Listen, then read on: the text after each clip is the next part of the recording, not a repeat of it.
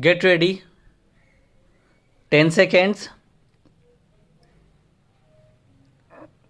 5 seconds. Start. Madam, I will be very brief and I shall not repeat some of the things that have already been stated. I do support the motion moved by the Honorable Friend. As I understand it, the Attorney General, when he gave his evidence or advice to the Joint Parliamentary Committee, based his theme on three essential points.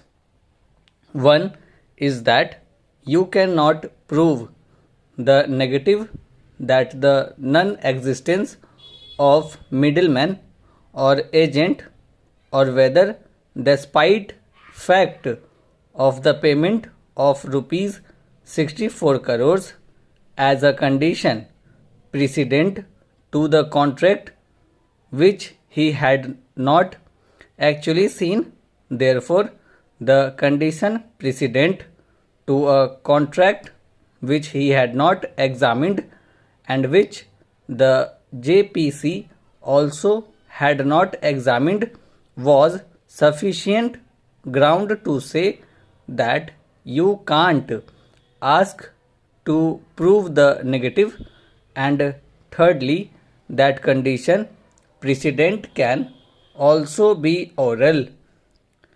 These were largely the three essential points which raise questions which I believe only the Attorney General can answer, because the legal experts and the Treasury benches would suppress their expertise and would rather come out with partisan aspects of that which is unsustainable. The Attorney General spoke of the Evidence Act. I hold the Evidence Act is essentially a procedural act, and a fact-finding committee such as our Joint Parliamentary Committee was not bound to follow the Evidence Act. There are also exceptions to the Evidence Act, like the principle of the primary burden of proving a fact lying with the party that asserts the existence of a thing. And the best example is a child born out of wedlock that is assumed to be the child of that couple, and whoever says that this child is not my child or is not born out of wedlock has to prove it to be so. Here, the Evidence Act is asking you to prove the negative. The responsibility of proving the negative lies on whoever makes the assertion. Therefore, the Attorney General is wrong. Therefore, it is necessary that the Attorney General be called here.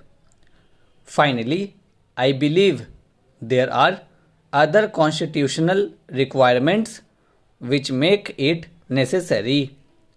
Here is the Article 299 of the Constitution of India, because this is related to the Attorney General giving advice that the condition precedent could be oral. It can be oral in respect of non-government contracts only. Finally, under Section 92, in fact, the Evidence Act excludes oral evidence. Sir, now I go to my next point. What is the general tenor of most of the amending bills? Interestingly, after 1956, we had the amending bill of 1969. There were two bills in 1964.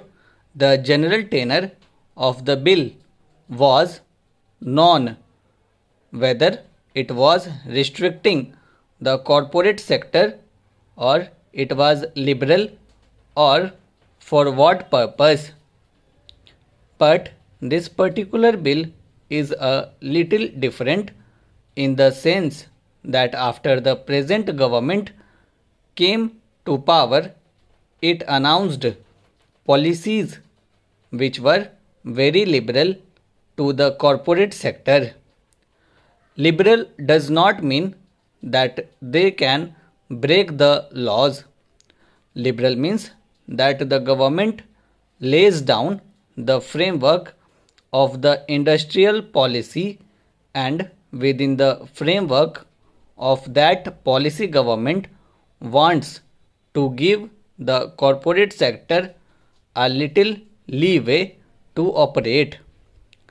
But here I find under section 270 or section 372 a whole new definition is given to intercorporate deposits, including deposits within the meaning of loan.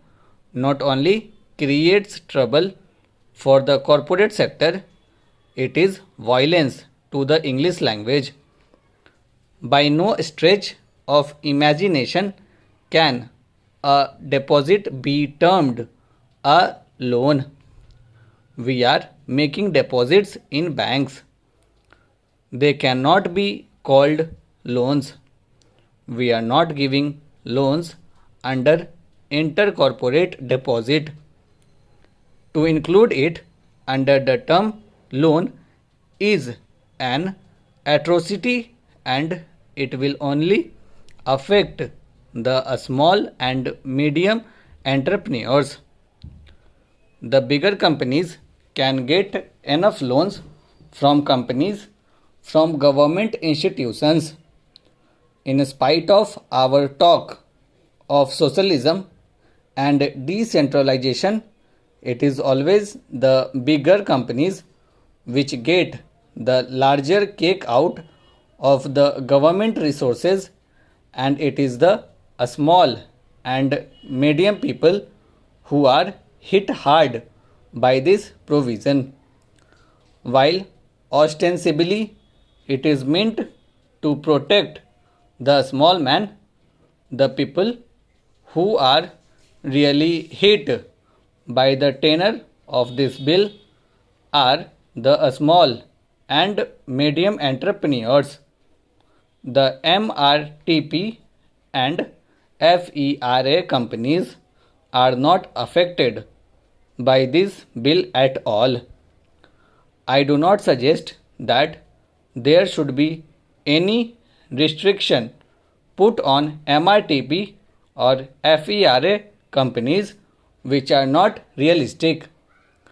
What I submit is, in the scheme of things, the industrial policy resolution from the time of Jawaharlal Nehru, which government still professes is a relevant document. I feel in terms of fulfilling those objectives, there should be restrictions only on MRTP and FERA companies. A small and medium sized companies should be outside the orbit of most of these restrictions. Only then will the company law be effective. Otherwise, this series of amendments may add to the plethora of amendments that we have been adding from year to year. Stop.